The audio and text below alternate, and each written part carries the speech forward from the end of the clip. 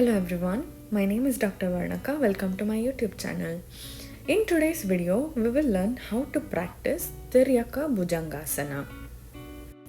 This asana strengthens your spine, stretches your chest and abdomen.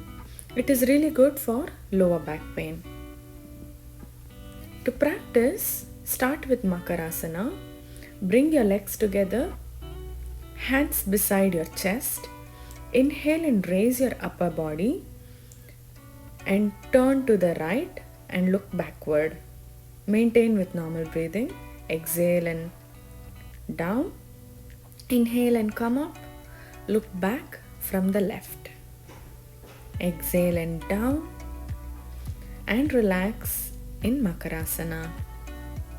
If you found this video useful, like, comment and share. Make sure you subscribe to my channel and also follow me on Instagram and Facebook.